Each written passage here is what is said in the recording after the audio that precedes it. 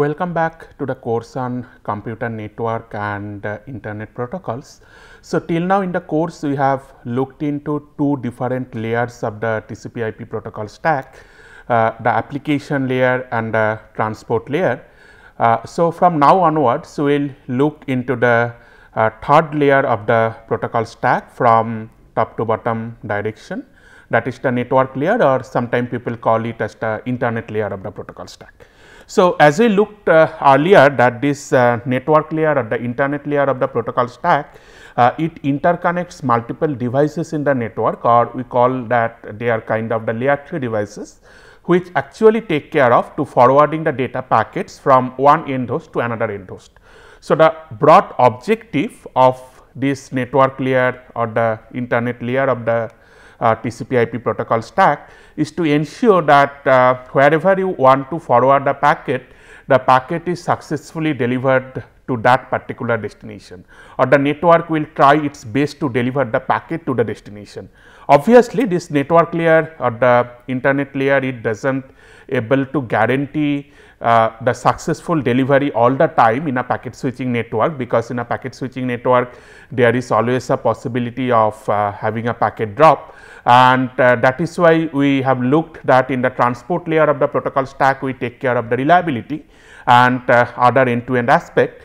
But in the network layer we will primarily look into that given a particular destination for a data packet, how will you ensure that the particular packet is delivered to that destination which is mentioned by the application developer.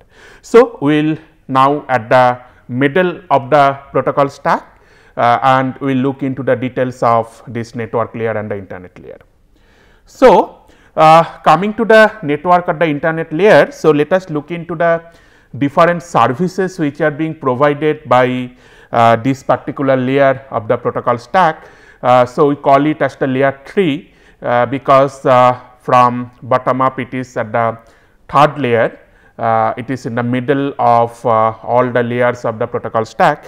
So, this network layer as we discussed earlier, that from data link layer it gets certain services, or the data link layer it ensures that well how will you transfer a data packet or a frame in the terms of data link layer from one node to the next node, which is directly connected via wire, or they are in the communication range or wireless communication range of each other.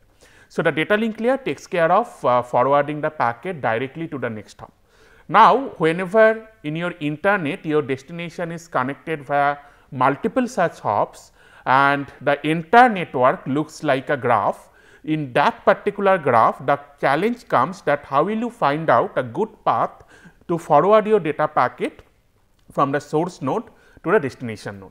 So, that is taken care of by the network layer of the protocol stack that we are going to discuss. So, this network layer of the protocol stack ideally it supports this datagram delivery. So, in network layer we call the unit of data as the datagram. So, this is a kind of unreliable datagram delivery in the context of TCP/IP protocol stack and for the context of packet switching network, because as we have learned earlier that in case of packet switching there is no guarantee that you have sufficient space that will be there in the intermediate buffer or the network buffer. So, there is always a possibility that those particular packets those will get dropped from the network buffer and a loss of data packets. So, that is why we say that the network layer it tries its best to deliver the packet to the other end host.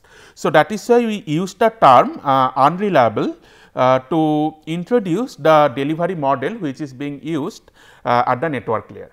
So, the network layer ensures unreliable datagram delivery, which is a kind of what we normally say as the best effort service to try its best to transfer the data packet from the source to the destination via multiple such hops. And then on top of that in the transport layer we have multiple services that we have already looked into, that in case of the transport layer if you are going to use a TCP kind of protocol. So, the TCP kind of protocol will ensure the reliability by utilizing the retransmission of the data packets. So, that we have already looked into.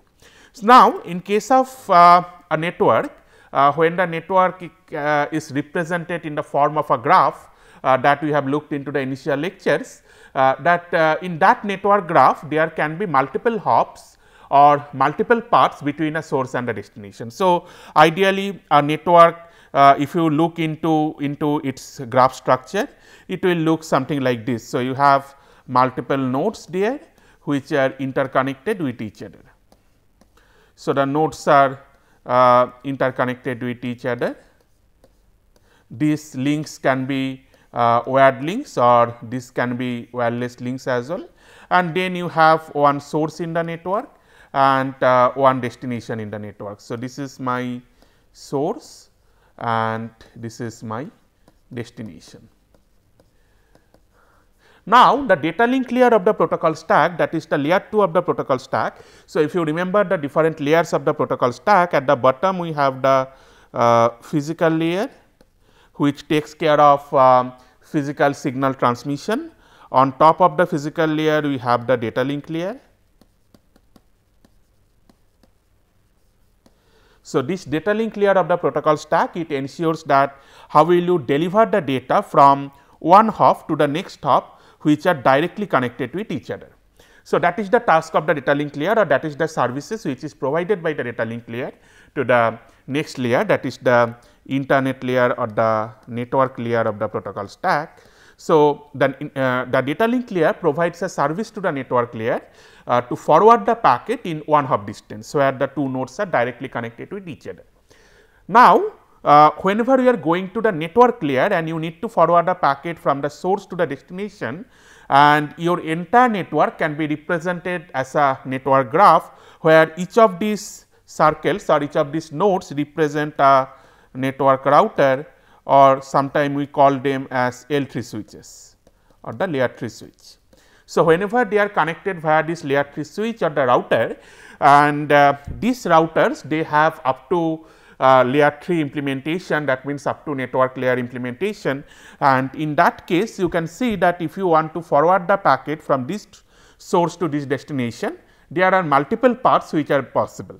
So, one path is like you can follow this particular path to forward the packet from the source to destination, or you can follow another path, say this path to forward the packet from the source to the destination. Now, ideally this blue path is a smaller path. So, if your metric, or if you decide to forward the packet in the lowest hop path or the minimum hop path, then you will prefer this blue path.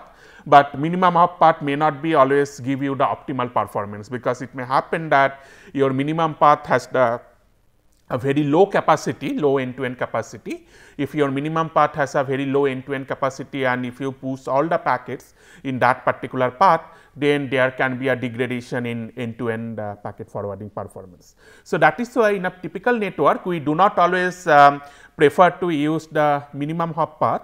There are other various metrics which are available based on which we decide that how to forward a packet from one node to another node. Now, in this entire thing, the good thing is that if you have this entire topology available and the link characteristics available. So, if you have this whole topology available along with this link characteristics available, then possibly you can apply certain graph algorithm like this shortest path algorithm that you have learnt in your algorithm course, like that Dijkstra's algorithm or Bellman-Ford algorithm, to find out the shortest path, where this metric that you want to use to decide the best path that will work as the weight of a particular link. And that way, if you can represent this entire network in the form of a central graph structure, then you can execute the Bellman-Ford algorithm or Dijkstra's algorithm to find out the shortest path and then forward the packet through that shortest path. But unfortunately, in our network we do not have this facility available, because all these individual routers or the layer 3 devices, they work in a complete decentralized way. So, every individual router or every individual layer 3 device need to take care of or need to decide that how to forward a particular packet to the next hop given a destination address is available. And you do not have any central coordinator or centralized system which will monitor this entire network topology and give you a central graph in the form of your network topology structure. Because our network works in this kind of decentralized way, the network layer has a huge job to find out that how will you decide that what is your next hop, which will give you the optimal end to end path based on the path metric that you have chosen. So, this particular methodology is termed as network routing.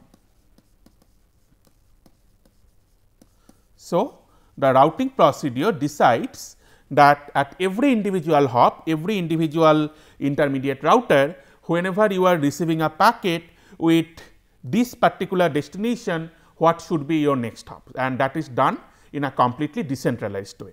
So, this particular router R need to decide. So, once it receives a packet, so I am giving I am assuming that the address of this particular destination is D. Later on we will see that how we represent these particular addresses in network layer. So, if you receive a packet at R with a destination address as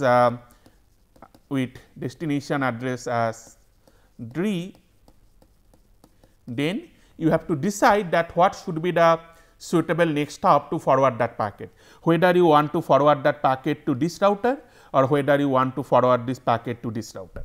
So, that is the task of the prime task of the network layer. So, the network layer need to design a particular protocol which we call as the routing protocol to make this decision in the internet. So, that is the broad objective of the network layer. Now, in network layer, this unreliable datagram delivery service which is being provided, that has two primary bases. One is, first you have to uniquely identify every individual host in the network, and for that you need to have one addressing mechanism. So, first we will look into that at a typical internet, how we individually identify particular node. So, you can think of this entire packet delivery in the network in the form of our normal mail delivery or the postal mail delivery. In case of our postal mail delivery, you require a particular addressing format. In that address you have your name followed by your house number followed by your locality, name of your locality, then the name of your village or the city, a particular pin code, then the name of your state, finally, if you are making a international postal mail transfer, the name of your country. So, all these things, this entire address actually hierarchically determine that where to forward that particular postal email. Similarly, in the network, whenever we talk about the addressing scheme, we have to design this addressing scheme in a hierarchical way. So, we will go to all these details sometime later, but the basic message that I want to give to you is that this entire packet delivery in the network, it follows a similar principle of what we apply in case of our postal email delivery. So, we have a addressing concept, a particular addressing format that need to be used to forward the data packet, or that need to be used to uniquely identify every individual node in the network, and then you need to have one routing mechanism to decide that given a destination address, how will you forward the packet over the network over multiple hops, so that you can be able to successfully deliver the packet to the final destination. So, if you try to compare it with the normal postal mail delivery system, so in case of your postal mail delivery system, say if my postal mail ID is that, say Shondeep Chakraborty, that means my name followed by say my office number, then Department of CSE, IIT Kharagpur,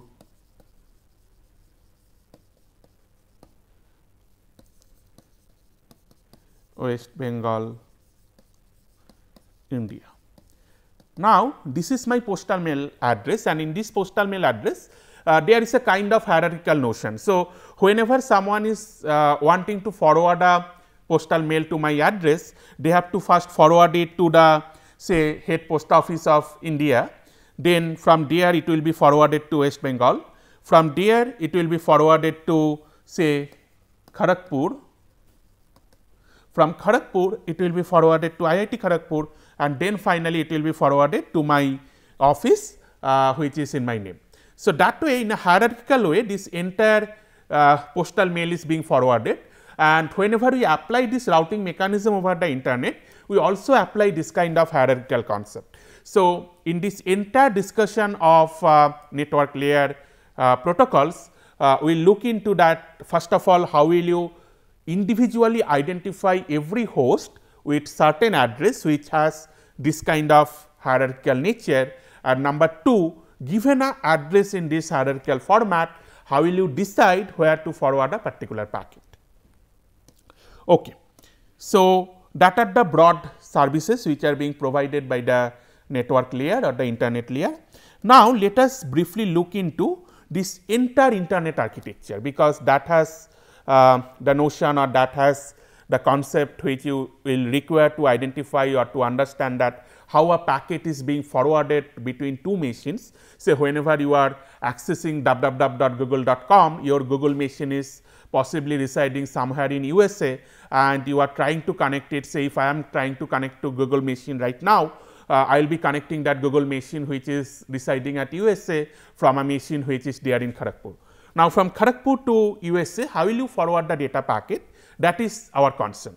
So, for that let us look into that how this entire internet is organized in a hierarchical way. That will give you give us an intuition about how will you actually address a particular machine in the internet. So, I am just starting from a very small network, then gradually I will increase the network in size. So, let us start with two different laboratories in our computer science department at IIT Kharagpur. So, we have two different software labs, software lab 1 and software lab 2. So, in software lab 1 we have certain set of desktop, in software lab 2 we have another set of desktops. Now, this software lab 1 they form a local area network, because they are connected via layer 2 devices or the layer 2 switches. They are directly connected in one hop distance. So, they form a local area network. Then the software lab 2 they form another local area network by connecting the machines to one layer 2 switch. Now, these two software lab 2, software lab 1 and software lab 2, they are connected with each other via layer 3 device or a router. So, this router here is a layer 3 switch or a layer 3 device. Well, now here by connecting two different local area network or LAN 1 and LAN 2, I have constructed one network which is the computer science and engineering network at IIT Kharagpur. Now, from here if we further expand the network, so we have multiple departments in the institute in IIT Kharagpur. So, every individual department have their network. So, the way we have constructed the CSE network, the computer science department network, which has the software lab 1, software lab 2, and they may have another network like the faculty network, the student network, the research lab networks, all these form under this CSE network. They are connected via individual layer 3 routers, and then I have this network at the electrical department, EEE network. There we have two different labs, E lab 1 and E lab 2, in the similar fashion that the CSE network is connected with. Now, these two network, the CSE network and the E network, they are again connected via another router or another layer 3 devices. So, this is my layer 3 switch or the router which is connecting the CSE network with the EEE network, and this entire network, that means the individual departmental network. So, this is just a snapshot of the example. So, that way I have multiple other networks like say mechanical network, the mechanical department network, then different home network or the administrative network. So, all these different network which are there inside IIT Kharagpur, they are getting interconnected with each other with these layer 3 switches or routers, and they form the entire IIT Kharagpur network. Now, in India we have multiple such institutes. So, in IIT Kharagpur we have this way one network, then in IIT Bhubaneswar there is another network. Every network has this way the hierarchical way in a top down approach. Now, these two network, the IIT Kharagpur network, IIT Bhubaneswar network, as well as say IIT Mumbai network, IIT Kanpur network, all those networks are connected with each other through multiple such again layer 3 devices or the routers, and they form the RNet network. So, Education and Research Network of India. So, this RNet, it is basically a government initiative to interconnect different such networks or different educational institute altogether. So, we call it as Educational and Research Network of India. So, that way the name RNet came from. So, this RNet network, they interconnects all these different network together. Now, if we again go up to the hierarchy, I have this RNet network which interconnects multiple such institutes and several other networks, say the BSNL network. So, this BSNL network has their public network and the corporate network, you have the Airtel network, you have say Vodafone network, all these networks they are inside internet, they are again connected with each other and they get the service from in India from Bharti Airtel. So, all of them are connected under this Bharti Airtel network. So, that way this entire internet architecture they follows a hierarchical fashion or a hierarchical architecture. So, that is the thing, that is the entire architecture of the internet, and inside this internet the individual network that we are talking about, where the network is solely managed by one administrator, one or multiple administrators, we call them as a autonomous system. So, formally an autonomous system is a set of local area network for an administrative domain identified by a unique autonomous system number, and the routing policies are inside that autonomous system are controlled by a single administrator. Now, in internet one interesting idea is this routing policy, that so as I have mentioned earlier that whenever you are deciding about how to forward your packet from one machine to another machine, and if you represent this entire internet in a graph structure, then the interesting factor comes that how will you assign the link weight, that what will be your metric for deciding the best routing. Now, this metric for deciding the best routing, that can be independently chosen by the corresponding network administrators. So, that is why in case of the definition of autonomous system, we say that these routing policies they are controlled by a single administrator. So, in general inside an autonomous system we follow a single routing policy, but well there can be autonomous system where multiple routing policies are followed altogether. And this entire ISP structure they form a nice hierarchical architecture.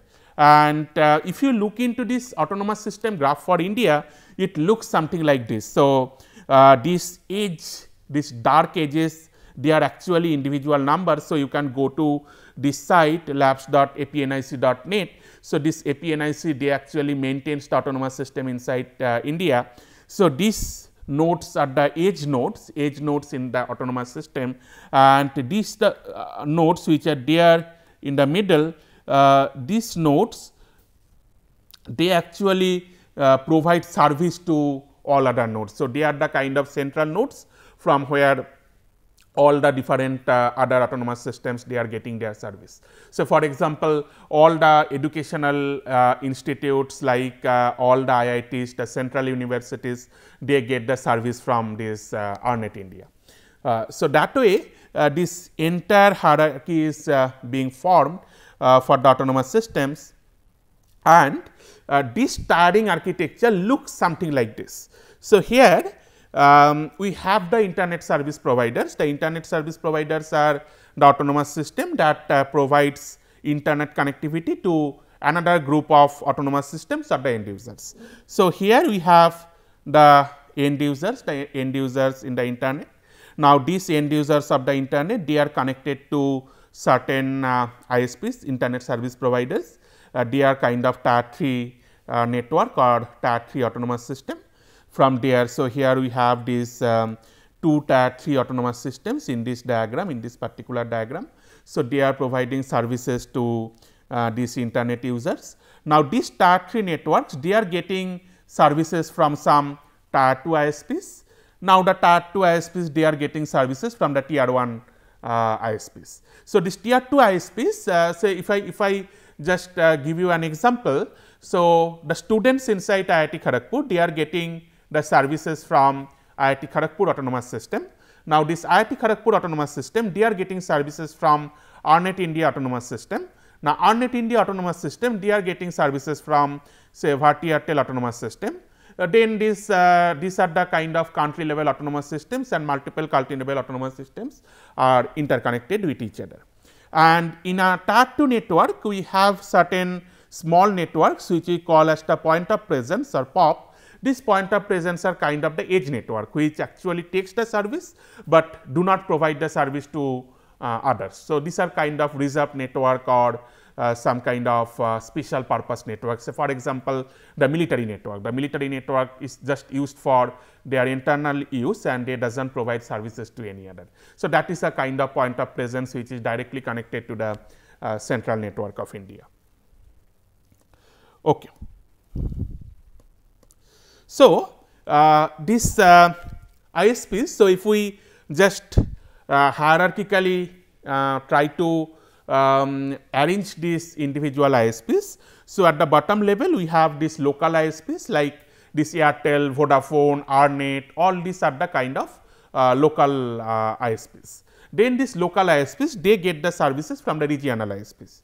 So, this regional ISPs, they can have connectivity between themselves. So, sometime you have seen that well, Airtel announces that well, if you use Vodafone and if you try to transfer data from Vodafone to Airtel, you will have a lower charge compared to if you try to use some other network. So, those kind of charge issues, they come from this private peering relationship. So, if two service providers, they are having private peering, that means they can directly share the data among themselves, which actually reduces the charging policy which is being there in different ISPs. So, those kind of peering, we call it or we term it as a private peering.